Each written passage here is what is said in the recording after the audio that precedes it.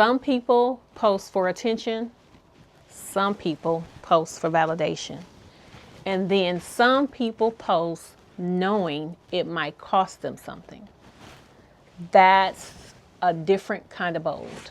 Listen, today's guest has built a platform around advocacy, real conversation. But let's be clear, living out loud as a queer Black woman in digital spaces isn't just cute content, it's conviction.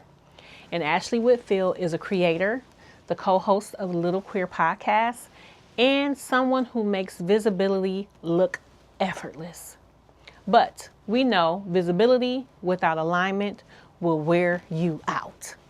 So today we're talking about the shifts behind the scenes, the boundaries, the risks, the moments she had to choose herself even when it wasn't popular.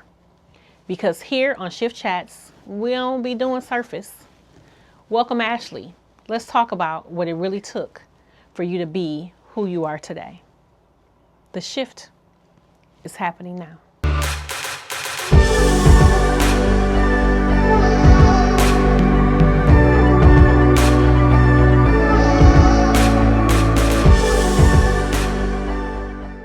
Welcome to Shift Chats. I have my guest here, Miss Ashley Whitfield of Little Queer Podcast. And tell me a little bit more. Tell me what else you have going on. Yeah, so the podcast has been amazing. We've been doing the podcast for, oh my gosh, I think 2 years now. Okay. But I started as a content creator, still a content creator. So posting predominantly on TikTok and Instagram. And that's actually kind of how my co-host and I, who's now one of my best friends, met because they're Okay. also a content creator. Nice. And we both, our content kind of aligns because a lot of our content is centered around our identities as queer women and queer femmes. And then, I just kind of started online really wanting to build community. Okay. I started during the pandemic, like a lot of people did. And honestly, I was just kind of messing around. Okay. And it was something to like fill the time. I'm working from home. I'm like, why not? We're feeling isolated. And so, I kind of started making silly videos. And then I was, telling stories and things and sharing my experiences as a young Black queer woman in America. Okay. And that kind of took off a little bit.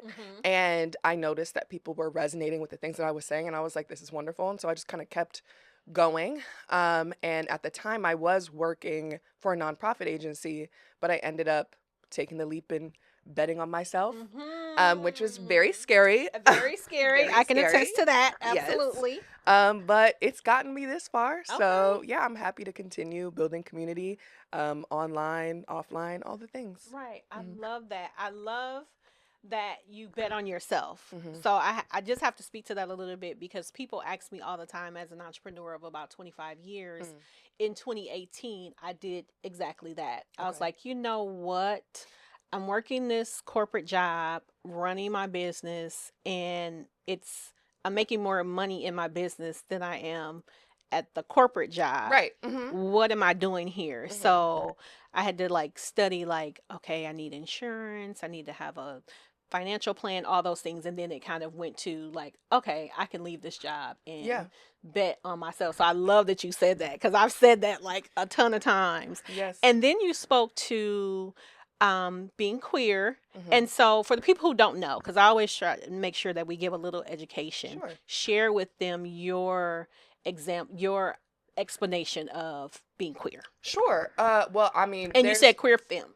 Yes. And I did specify queer femme because I'm a queer woman. I do identify as a woman. I am cisgender, but my co-host is non-binary, but still feminine presenting. And so queerness, I mean, that's a huge, we could talk for hours. Right. We could talk for hours about that, but it is an umbrella term. And it's the term that I feel I connect most closely with. I also use bisexual. Okay. So within the LGBTQ plus community, so lesbian, gay, hold on, let me get my letters. Lesbian, gay, bisexual, transgender, queer. Right. Plus. Obviously, there are so many more letters. Right. But queer is the one that really fits for everyone. And of course, I can't speak for the entire queer community. If you do not feel seen in queer, then that is completely fine. Yeah. But it's just the one that encompasses kind of all of us. Right. For all of us rainbow babies. And so, yeah, that is the one that that resonated with us when creating the podcast, because Okay. we wanted it to signify that this is a safe space for all of the queer community, Mm-hmm. because it is beautiful to be able to build within, to have specific things for lesbian women or gay men, but we really wanted to let it be known that this is a safe space for everybody. Okay. So yes, that's how And you I feel view like my the queerness. queer says all inclusive. Yes, Okay. exactly. I love that. Mhm. And I always ask that question because I think that it's important. I'm wanting to make sure that people are clear on language, because what's comfortable for you may not be comfortable for someone else. So I Exactly. always ask, because I don't want to offend anybody, and I don't, so I'm always like making sure to ask for that clarification, because I Yeah. think that sometimes people can just guess or think or not know or say the wrong thing. So I just always want to make sure that I'm clear on. So I thank you for explaining and offering your explanation of Of that. course, and I love that, and I love that you asked the question, because it is that simple, and I feel you. like a lot of people are afraid to, but like you said, everybody's preferences are different, which Yeah. is okay, and so you don't know until you ask. Right. Yeah. And for me, it's easier for me, I think, because I'm a licensed therapist. So Mhm. like I get it, and Right. I'm open to, like, I can work with anybody if they can work with me. Sure. Right. So I think for me it's a little bit easier, but I like, I feel like when we have these spaces and we have these platforms, like I said, I'm always wanting to make sure that people have good information. Yes, Right. absolutely. And then you get to decide, or you get to choose Of how course. you want to use that. So I'm gonna jump right in and ask, was there a moment when you hit post knowing it might cost you something? Finish this sentence. No, go ahead. Ooh. Was there a moment you hit post knowing it might cost you something? Oh. I guess, man, so many things come to mind, and it's like a yes and a no. Okay. Because the way that I exist online, I don't really care.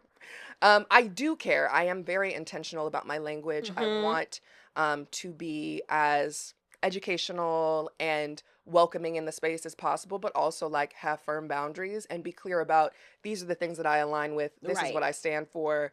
It is a safe space for everyone except for those who are opposed to creating coming a up safe in space here for everybody. cutting up. Exactly. Yes, don't do Exactly. that. I'm big on a block. I do not go back and forth with people in the comments. I don't care. If you don't like it, then you can leave. And that's totally fine. If anything, I would rather save you the trouble. If you don't like what I have to say, then you don't ever have to see me again. And now I'm gone, you're gone. So no, I don't really think about like, oh man, if I do this, then I could miss out on something else. I'm big on no. Okay. And I also very much trust the universe, very much trust God, that like what is for me is for me. And so I'm not afraid to be polarizing, because it's like, sure, being polarizing will repel certain people from you, but it's also going to bring your people closer. Right. So when I'm posting, it's like, if I take what's happening in Palestine or what's happening in politics, I'm not afraid to talk about those things, because I want to let it be known, this is what I stand for. Right. And sure, that might mean that I have to miss out on this brand deal, but I was probably going to say no to that brand deal anyways. I love that. Yeah, and so love that. I just kind of have to trust that, and sometimes it is hard. I will say, without obviously naming any names, there have been times where like certain brands will reach out to me. I mean, if you want to name some names, we can. I love it. No, okay. I will say there are brands that I've worked with in the past, that I had a great experience with, who came back around, post maybe bending the knee to this current administration, and getting rid of DEI when you actually didn't have to do that. Then they're like, we would love to work with you again. Well, I wouldn't love to work with you. As it turns out. Yeah, the check just this isn't is that not good. a good fit. Right. And so, yeah, no, I think there are times when I'm like, okay, maybe let me be a little bit more careful about my delivery of said message, because I don't want it to turn people off who could potentially like be open to receiving it. That's but good. The core of the message is still going to get delivered, regardless of whatever it might cost me. That's good. And I feel like that has been part of my struggle. Like, I've been working with my team and like trying to figure out like the flow, and I'm always like, I don't want to do too much. I don't want to, but I feel like as we have to content creators, you know, right? Like you get that title. There's like this fine line, and I feel like you're describing having like kind of figured it out I a little I bit. like to think that. Okay. I like to I think love your that. content. I was like looking, I'm like, she has this flow that really makes sense, right? And it's not, I don't think it's too much, but again, like you said, to each his own. Like some people are gonna flow with it or Right. not. So go ahead No, and speak to that. I appreciate that. I appreciate that. I think it's hard for me to receive that I have anything figured out because I'll be the first to admit, I think there was the most freeing thing for me, and I say this often, is like, the only thing that I know is that I don't know anything at all. And that's not to say that like I'm not knowledgeable, I'm not Right. intelligent. Of course I am, I'm capable, but also like I am constantly open to learning and growing. Right. And so whatever I think I have figured out today, I might learn something else tomorrow. But I do agree that I kind of have found my groove in terms of I know how I want to show up and I know how I want to make people feel. Okay. And so I kind of let that guide me. I know I want people to feel seen and heard, just like I want to feel seen Right. and heard. And so if I operate from that space, then I'm going to end up where I need to go. And also in the posting space, like the most important thing to me is that before I hit post, publish, whatever, that I feel good about it. And I have to make sure I'm not doing this for other people. I'm not Right. trying to elicit a certain reaction. It's like, is this something that I genuinely believe in and stand by? Whether it's funny, silly, or it is more serious, Right. then okay, I feel good about it and I feel good about putting that out into the universe. Right. But if there are, and sometimes there are times, especially when you do get into the, you know, trying to keep up with algorithms and things where I'm like, I might create something because I am shooting for a certain goal. And then I'm like, but that doesn't feel authentic to me. So gotta back up. That's it. Yeah. It's listen, because I'll get messages and they're like, you need to talk about this, or I'll get a video and they're like, you need to speak on that. And I'm like, well, I kind of really don't even care about it in the first place. But then, okay, do I have to? And I feel like it's this like toe of this game you have to play. So Yeah. I love that you shared that because I feel like it's a challenge. Absolutely. And that is so real. I don't do requests. I'm not a jukebox. So I'm gonna come and talk about the things that I feel called to talk about. Right. And those are gonna be the best videos anyways. And not even best videos in terms of like virality or views, but as far as how it's received by your audience and like who's really resonating with it. So yeah, no, I can't do, I think also you have to ask yourself, and more people should ask themselves, do I have something meaningful to contribute to this conversation? Or am I just trying to talk about it because this is what everybody's talking about right now? Right. Because it might be something I'm talking about, you know, I'm talking about at home with my partner, or I'm talking about with my friends in the group chat. Exactly. But like, do I have to bring this to the internet? You probably don't. See? Yeah. And that's what I feel like happens a lot. And so I'm glad that you shared that because I think it's important to know that you get to choose. And so to my point, when I have my team like sending me stuff or sending me information, I'm always like, well, maybe I could put my swing on that. I feel okay. Like, does it feel right in my spirit? Yes. You know, am I going to be giving enough information that makes it helpful to the people who are watching and following me? Right. So that's always my like, and sometimes it's like okay to be quiet because it's so okay to be quiet. Oh my God. I feel like t-shirts, hats, everywhere. We just need to put it in the sky because it is okay to be quiet. And it's so easy, especially now because of social media, and I know this is hypocritical because we sitting here with microphones. Girl. But everybody got a mic now. Everybody has got a access mic. to a mic. Yes. Everybody should. Everybody should not. It's okay. But I'm also being very, and I think you are too, I'm being very intentional about what I put out. Like Shift Chats is for entrepreneurs, for content creators, for people who have had a journey, who are in a space now where they're willing to share that journey and kind of what that looked like for them. So for me, I feel like if this is what you want to do, definitely you should be watching podcasts like this because we're giving you information on what's really going on. Like, I'm not trying to be a professional educator on something that I know nothing about. Right. You want to talk to me about therapy? You want to talk to me about healing? You want to talk to me about holistic? I can talk to you about those things. Excuse me for this interruption. If you're realizing you've outgrown who you used to be, that's not confusion. That's a real shift. My book, Shift, Keeping Your Focus to Maximize Your Potential, and my coaching programs are designed for women ready to evolve without losing themselves. Listen, all of the links are below. I need you to like, subscribe, share, tell a friend, and tell a friend. Okay, back to the conversation. Absolutely. I'm not an expert in relationships. I can tell you how some bad some minds have Yeah. been. You know what I'm saying? Yeah. But I'm not a relationship expert. I can only speak to my experience or to like clients and things that I've Of course. worked with and have helped. But again, I think to your point, yeah. Mm-hmm. Staying in your lane is important. It's important to know your lane. Like, love your lane. There's nothing wrong with being in the lane. Yes. Just know what it is, please. Yes, absolutely. Absolutely. Okay. As a queer woman with a growing audience, what's a moment where everything looked aligned publicly, but privately you were questioning your next move? Oh, probably. Honestly, this is really recent. I want to say last year. Probably within months, like later in the year towards September.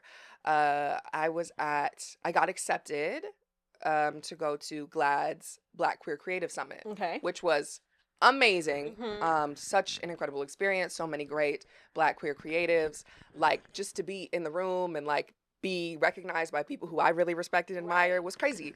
And I was so incredibly grateful. I hope I get to go back again. Like, it was amazing. But also, this is like real talk. We know what the economy looks like. We know what the socio-political landscape is looking like. And like the content creator business as a Black queer woman was a lot more fruitful pre this administration than post. Okay. And so whereas even right now, well, when we're recording this, it's still Black History Month. And so, 2 years ago during Black History Month, you're getting brand deals thrown at you. Now, how many campaigns, how many activations did you see celebrating Black History Month? And so it's been really challenging to sort of have to pivot because I still love making content and I am still able to, receive amazing opportunities that way. But also in terms of like how the bills are getting paid, now I'm doing more freelance work. Now I'm working on the agency side, which is cool and has taught me, some really amazing things. And I am having a lot of fun actually that I'm surprised about. So now like being able to be a social media strategist is fun. It's fun. But at first, I'm like, on the outside, it looks like I'm killing it. Everything's great. Everything's up. But it's like, no, behind the scenes, it looks very different. Oh, I love that you shared that. Thank you for sharing that because I think that's powerful in this time that we're in now that people know. And I'm always one of those people like when I speak to entrepreneurs because it's similar to say, it's okay if you have a job.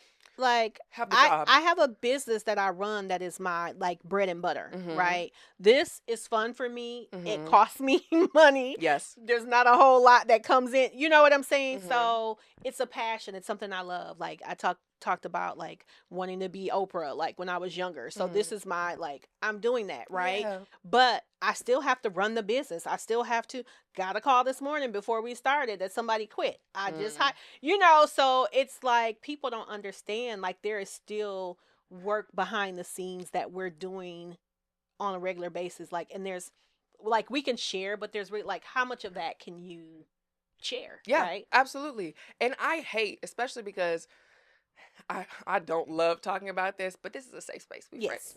And once upon a time, I was doing the MLM thing because I was just trying. Okay.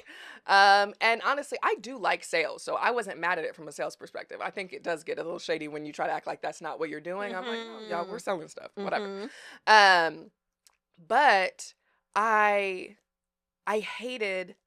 There's so much like what is it? Not self-help. The new way to say self-help.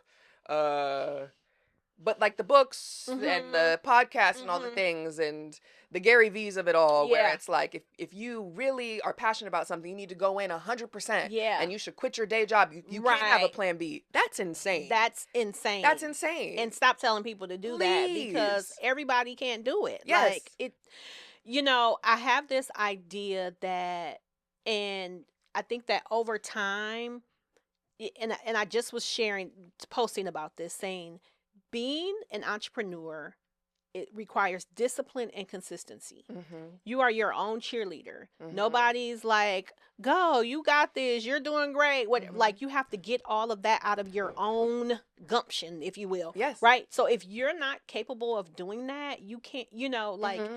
it's a lot of work. Yes. It's a lot of work. And it's not for everybody. And it's okay if it's not for you. Oh my gosh, if you love your job, if you love the job that you clock in and out of, you got good benefits, you got good time off, whatever, I love that for you. Yes. Like, this is not, and it's not even a question of like weakness or strength. It's just, it's a different skill set, and it is hard. That discipline piece is hard, especially when, like, we're talking about the state of the world.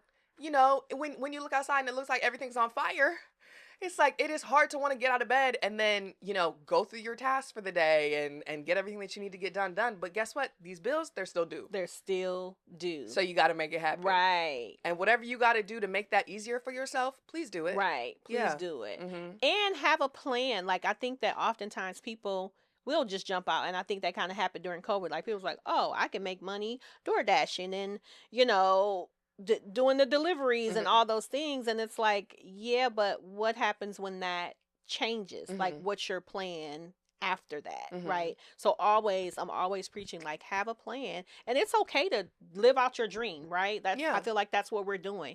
But at the same time, you do kind of need a backup plan until you get it all figured out. And yes, we believe in the Lord. Yeah. Yes. And he will make a way for you in the time that he feels is appropriate, which may not be right now, Yeah, sometimes people treat faith like genie wishes. And it's like, that's not how it works, because faith without works. Right. Come on now. So. Come on. Okay. What impact do you hope your younger self would see when she looks at who you are today? Oh, that's going to make me emotional. Man, I think about this a lot. Well, not this exact question, obviously, but I do think about, like, I'm very in touch with my inner child. And I think she's really proud of me. I think she's very proud of us. Because as a kid, I was really shy. Okay. And it was something, my parents were working with me on. Like, I very much like to keep to myself. And then slowly, as I got older, I kind of came out of that shell more and more. But I know that she is very proud of the way that I show up and take space, like take up space, especially as women, but especially as Black women. Because so much of my childhood, especially growing up in predominantly white spaces, was trying to make myself smaller. Right. And just not be seen. Yeah. And so now being willing to take up space unapologetically and, like, find my people and embrace my people, and be embraced and like work on this current chapter of my life is about working on receiving help, like being okay receiving help, because girl, we in the same club. When I tell you, it's working me out. Talk about it, because I don't think people understand, because I feel like what you just described is me. We're the strong, right? We're the strong friend. Yes. We're the strong. We don't ask for help. We got it. We don't need anything. And then, like, something as simple as asking somebody to open your wine bottle can be a challenge. And people don't see that, like, oh my gosh, she can't open her own bottle. Yeah. Like, those are those little baby steps that we have to take to be vulnerable. Yeah. Talk about it. Yeah, no, I mean, are you an only child? Do you have siblings? I got siblings, but I'm the baby. Fascinating. Yes. Okay. Y'all got a little, because he's a baby too, but we struggle with a lot of the same things. And I'm the eldest daughter. I have 3 brothers. Okay. And eldest daughters already know, without we get it, like, it's mama. Just you are the third parent. You become parentified very early on, and even it's now, when my brothers need something, they're still hitting me right up. And I'm happy to do that. Like, I love being a space that they can come to and receive help. I love being that person, like the caretaker for my friends in my romantic relationships. But it is easy to get lost. You're so busy taking care of everybody else, you stop taking care of yourself. You forget that, like, oh yeah, these relationships are supposed to be reciprocating. And it's not even that people don't want to help you. You just don't look for it. You're not asking for it. You're not interested in it because of however you perceive, or I'll speak about myself, Right. however I perceive like needing help to mean that I'm weak or that I don't have it, Yeah. or that something's wrong with me, I'm deficient in some way. And it's like, that couldn't be further from the truth, because we can't get through this life alone. Exactly. Everybody needs people. Right. Speak to some of the practices that you do. Give us like a couple examples of like how you're working through being vulnerable. Honestly, like exposure therapy. Okay. I'm just like, now when I'm struggling, and this is something my partner's helping me with a lot, and my friends are also holding me accountable, like verbalizing, if I'm not okay, saying that I'm not okay. Say it. Yes. Like, don't just think it, don't just feel it, don't just let that live alone in your body. Right. Like, you have to get it out of you. And a lot of times, even just being able to verbalize, I'm not good, I'm struggling, that takes some of the pressure off. There you go. Absolutely. Because it's like, okay, and I'm not alone. And 90% of the time, the person on the other end, they're probably struggling too. So you also just created a safe space where they get to not be okay. And we can not be okay together. And that's helped a lot. Also, like when people are offering to do things for me in the past, it's an immediate no. What's her name? Mel say, let them. Right. Right. And so even just the other day, like my partner offered to do something for me, and my first response was like, okay, yes. And he was so proud of me. Right. He's like, you just said yes. And I'm like, I did, huh? Right. Thank you. Yeah, thank you for noticing. Like, but it's taken time to get here. Right. You just got to do those baby steps, you know, verbalizing that you're not okay. Like getting the words out. Right. And then when people, because I'm certain, regardless of how alone you might feel, I know there are people in your corner. There's somebody in your corner who is willing to show up for you. You got to give people the opportunity to. Yeah. And so when they do make those attempts, you got to let them. Yeah. I love that. I love that. Thank you for sharing. I thought about one situation, and this was a few weeks ago. A friend of mine's called and was like, and how you doing? And I was like, and I'm not doing okay. And they were like, thank you for saying, you know, like people don't realize how, for those of us who have been the strong person, to even just say that out loud is like, oh my God. Like, somebody's going to judge me or somebody's going to make me feel. But having people around you, my point is having people around you that support you through that process and through that journey of, you know, exposing your vulnerability, I think is a huge gift to have. Absolutely, because vulnerability builds intimacy. And we all want to have intimate relationships with people, but then we don't want to open up. And it's like you can't have one without the other. Right. Yeah. Okay. Thank you. I have a couple more questions. Okay. What does trusting the process actually look like for you off camera? And if someone watching feels afraid to live fully out loud, what would you say to them? Okay. So for trusting the process, honestly, that's something else I'm working with myself on right now. And historically, I think I've been really good at it, but it's easier, I found, to surrender and trust the process when things are going well.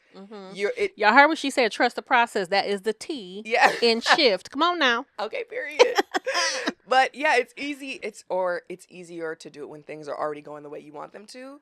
But when you actually need to practice is when things aren't. Right. And yeah, it's something that I am working on more now, because I have found that, especially in these recent months, like things being more challenging, I do have an inclination to try to control more. We want to fix it. Right. And control is an illusion. Like, we don't control anything. Not. Say it again. Like, and that's scary, right? It can be very scary, but it's also so freeing when you're like, and that's not to say that, of course, you know, you can have the discipline. Right. You put the work in, you show up, you try to plan as best you can. But at the end of the day, who knows what could happen? And so you have to understand that, okay, if I don't control anything, all that I can control is my energy and how I show up, then that means I just got to keep focusing on that. I just got to keep showing up. I got to keep doing the work. If I recognize that the work isn't working the way that I want it to, okay, be open to pivoting, be open to trying new things, but ultimately still do your best to surrender.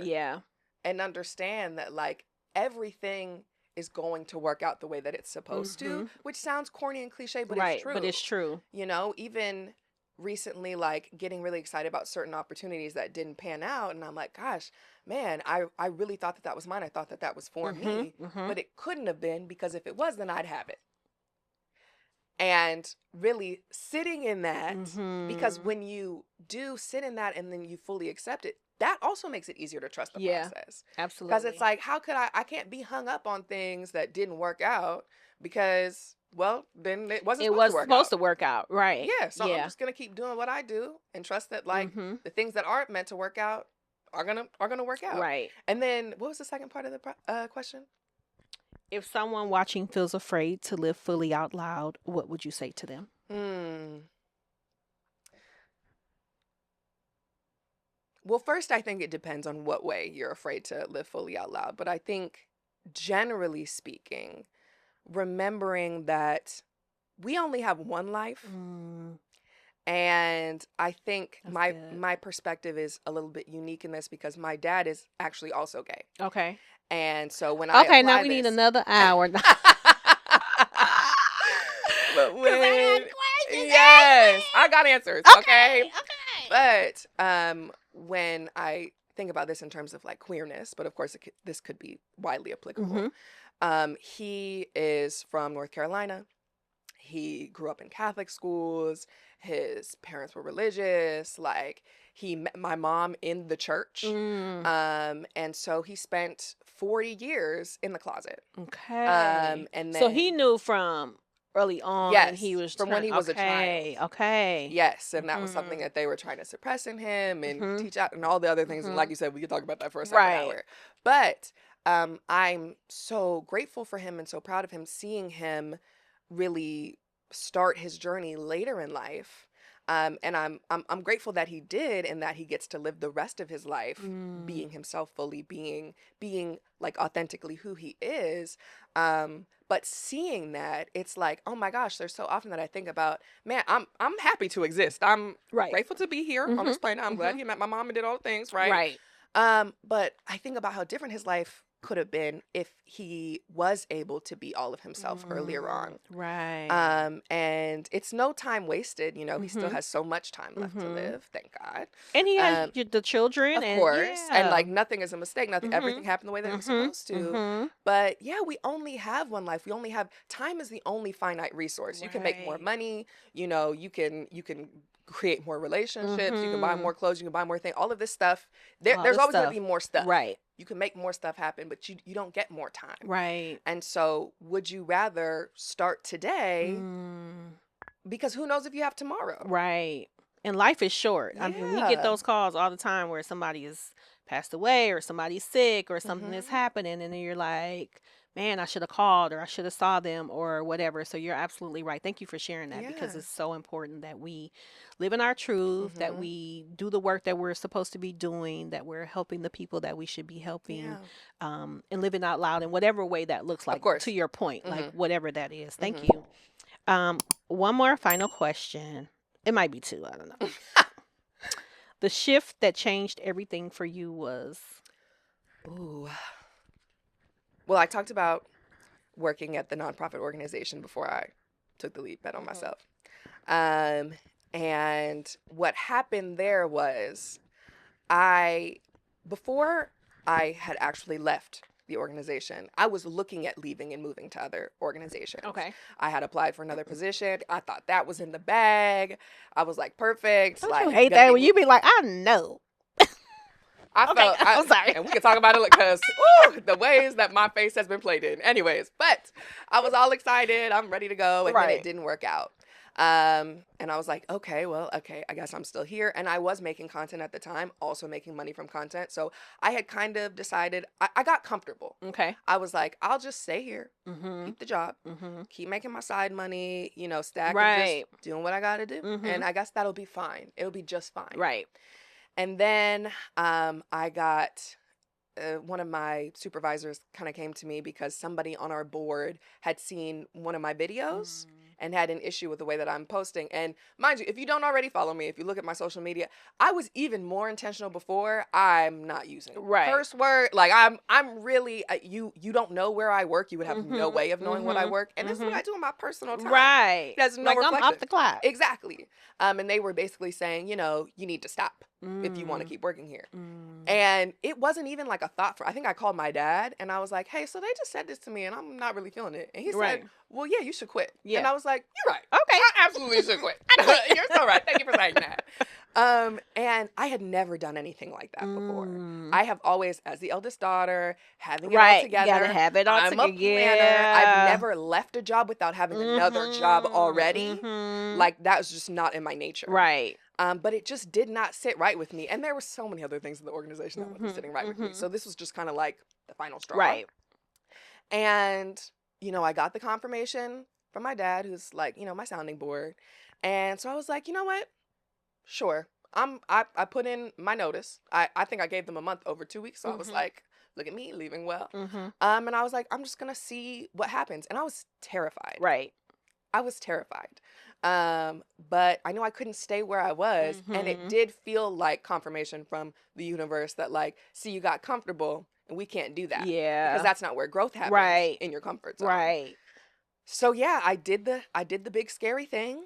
And then a couple months after that, and things where I was like, okay, I still have like my little content money and I'm continuing to post and like getting different opportunities. But I'm like, I was looking for another full-time position at the time. And I ended up, my mom like saw this program with Snapchat. They were doing like their inaugural like Black Creator Program Accelerator. And I just kind of applied on a whim. I didn't think I was going to get it. I did. I got accepted. It was, how many of us? 25 of us. Okay. Out of like thousands of applicants. And each participant got a grant for $120,000. Okay. And so I was like, oh, this whole betting on yourself thing, it works. There's something to and this. And this is Snapchat, which people do not talk about. Yes. Okay. Yes. I've heard little like buzzings about doing things Snapchat. Okay. Yes, I think you definitely don't y'all go run over to Snapchat. No, relax. Relax. Yeah, relax. But no. But that was such loud confirmation. Okay. That like, okay, this betting on yourself thing works, and so I'm just gonna keep doing this. I'm gonna keep putting one foot in front of the other, and just trusting my gut. And yeah, here we are. I love that. Yeah. And so you're still doing the Snapchat. I'm not doing that anymore. Okay, that was a little while 2021 ago. or 2022. But it was a really strong start to the content career. Yeah, and the confirmation that I love that. Thank you for sharing. Yeah. Okay, I have one last question. I know our clock has ticked out, but I still want to get to this. What did you have to learn to unlearn about love, romantic love, self-love, or community love to fully step into who you are? Man, so many things. Okay, two things come to mind. One, I needed to learn that all love is equal. Romantic love isn't more valuable or more important than platonic love, than familial love. I think we are definitely conditioned to prioritize romantic love, to chase the getting married, the having the babies, the getting the house, whatever, capitalism in the Western world told us we're supposed to want. Right. But really you get to decide that for yourself. And community it's a collection of love. You need all the love to have a successful, thriving, happy, healthy one. Right. You can't just you don't want to be the girl who as soon as you get a partner you ditch your friends. Right. Because you don't got no time. No right. But then if that relationship doesn't work out, now you want to be back with your friend. Girl. Absolutely not. You need to be consistent in all of your relationships. Exactly. Because they all hold a space for some things that you need and the reciprocity between the, Yes, because loving yourself properly, loving your friends properly, and letting them love on you is going to just naturally make the love in your romantic relationship stronger and healthier, because now you have higher standards because your cup is being filled in all of these other ways. You got you. You know you good. You know if you want to go have dinner or go see a new movie or whatever, you can hit up your friends. Right. You don't need a man to do that. Absolutely. You don't need a man to buy you a meal or whatever. Yeah. If you make sure you're good in these other areas and that your people are good, then everything else is going to be good by default. Yeah. And then on that self-love piece, for me personally, it is so true. And everybody says it and people get annoyed by it, but it's like, no, you really do need to love yourself to be able to effectively love other people. And again, not just romantically. Right. Like, and it's okay if you're on the journey, you know, you're working through some stuff. We're all working through stuff. Absolutely, So everybody. it's okay. You know, healing is not, or healed is not a destination. You are going to be Right. healing All the time. Yep. continuously. Continuously. Lord willing. I say always growing, never grown. Absolutely. And so, yeah, but you really do need, you need to want to build that security in Right. yourself and know what you want, what you like, what you don't like, and what your standards are, so that you don't fall for anything. Because if Exactly. you are chasing validation externally, it's only going to end badly. Like, you need to be able to validate yourself Right. You first. have to be able to validate yourself first. I love that. I love that. Thank you for that. And thank you for coming to Shift Chat. Yes, absolutely. This is wonderful. Thank you for having me. The shift is happening now.